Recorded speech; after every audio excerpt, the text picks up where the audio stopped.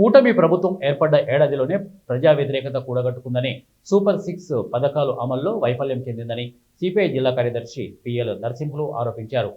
CPI Pileru నియోజకవర్గ 2వ మహాసభ సందర్భంగా స్థానిక క్రాస్ రోడ్ నుంచి మదనపల్లి రోడ్డు దర్గా వరకు ఘనంగా ప్రజా ప్రదర్శన నిర్వహించారు. అనంతరం దర్గా ఆవరణలో బహిరంగ సభను ఏర్పాటు చేశారు. ఈ సందర్భంగా నరసింహులు మాట్లాడుతూ ఇల్లు లేని పేదలకు గ్రామీణ ప్రాంతాల్లో 3 సెంట్లు, పట్టణ ప్రాంతాల్లో 2 సెంట్లు ఇంటి స్థలాలు ఇవ్వాలని డిమాండ్ చేశారు. రైతులకు పీఎం కిసాన్, అన్నదాత సుఖీభవ, రైతు పెట్టుబడి సాయం డబ్బులు పంపిణీ చేయాలని డిమాండ్ చేశారు. మహిళలకు ఉచిత బస్సు పథకం అమలు చేయాలని డిమాండ్ చేశారు. మహిళలకు నెలకు 1500 ఇస్తామన్న హామీ అమలు చేయాలని, సంవత్సరానికి 3 వంట గ్యాస్ సిలిండర్లు ఇవ్వాలని డిమాండ్ చేశారు. విద్యుత్ ఛార్జీలు పెంచి ప్రజలపై భారాలు మోపారని, ప్రతిపక్షంలో ఉన్నప్పుడు స్మార్ట్ మీటర్ వ్యతిరేకంగా మాట్లాడిన కూటమి నేతలు ప్రస్తుతం స్మార్ట్ మీటర్ల బిగింపు ఎవరి ప్రయోజనాల కోసమో చెప్పాలని కోరారు.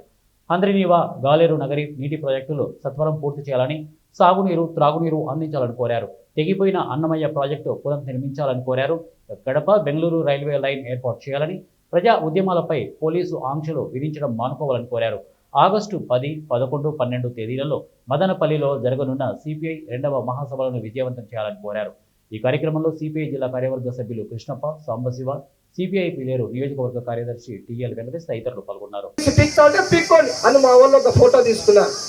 ఆ ఫోటో కూడా ఆ సెల్ ఇప్పించుకునే దాకా అమ్మ ఆ ఫోటో డిలీట్ చేయాలి, నేనేం తీసుకోనని చెప్పి వాళ్ళ కాలం మీద పడి ఆ సెల్లో ఫోన్లో ఫోటోలు కూడా డిలీట్ చేసుకొని వాళ్ళు అక్కడి నుంచి పోలా. ఇప్పుడు 3 సంవత్సరాలు అవుతుంది. ఏమాత్రం అప్పుడు మనం జెండా పెట్టకముందు ప్రతిరోజు వాళ్ళని ఇబ్బంది పెట్టేవాళ్ళు. ఇవి జెండా పెట్టి 3 సంవత్సరాలు అవుతా ఉంది. ఆ ఇల్లు వాళ్ళ అర్హత ఉన్న వాళ్ళు కొంచెం డబ్బులు పెట్టి వెచ్చం చేసుకున్నారు. ఇక 2 రోజుల్లో వాళ్ళ కాలనీలు వస్తుంది, అక్కడ కాలనీ ఏర్పడుతుంది. దీనంతరికి కారణం ఎవరు? మన భారత కమ్యూనిస్ట్ పార్టీ సిపిఐ జెండా మాత్రమే అది సాధిస్తుంది. మేమేమన్నా మాకేమన్నా ఓట్లు వేయాలా మేము అడుగుతున్నామా? ఓట్లు వేస్తేనే మీకు న్యాయం చేస్తాం అంటున్నామా? మేము మా ఓట్ల సమస్య మేము ఎత్తాం. మేము అధికారంలో ఉన్నా లేకున్నా ప్రజల పక్షమే అధికారంలో ఉంటాం. ఇవాళ నేను చెప్తా ఉన్నాను మీ అందరికి కూడా, ఎక్కడ ఈ రాష్ట్రంలో ఈ పార్టీ ఉంటుంది, మహా అంటే తెలంగాణలో పార్టీ ఉంటుంది.